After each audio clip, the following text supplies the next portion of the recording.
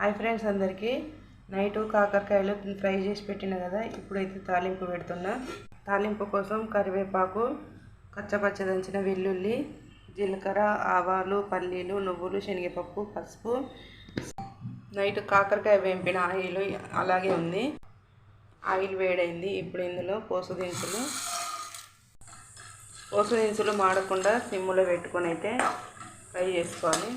పోసు దినుసులు ఫ్రై అయినాయి. ఇప్పుడు వెల్లుల్లి పచ్చ దంచి వేసుకోవాలి.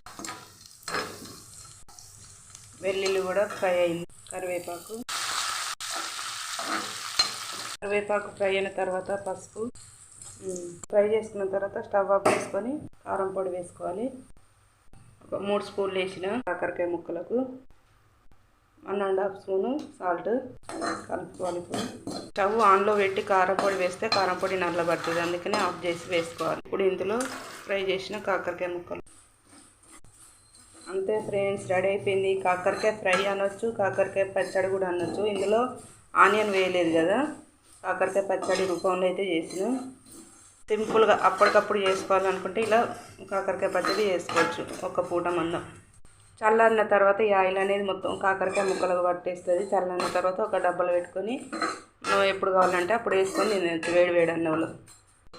అంతే ఫ్రెండ్స్, రెడీ అయిపోయింది కాకరకాయ పచ్చడి, కాకరకాయ ఫ్రై. నచ్చితే లైక్ చేయండి, సబ్స్క్రైబ్ చేసుకోండి ఫ్రెండ్స్. కొత్తవారు చూసినట్లయితే. బాయ్ ఫ్రెండ్స్, మరో నెక్స్ట్ వీడియోలో కలుద్దాం.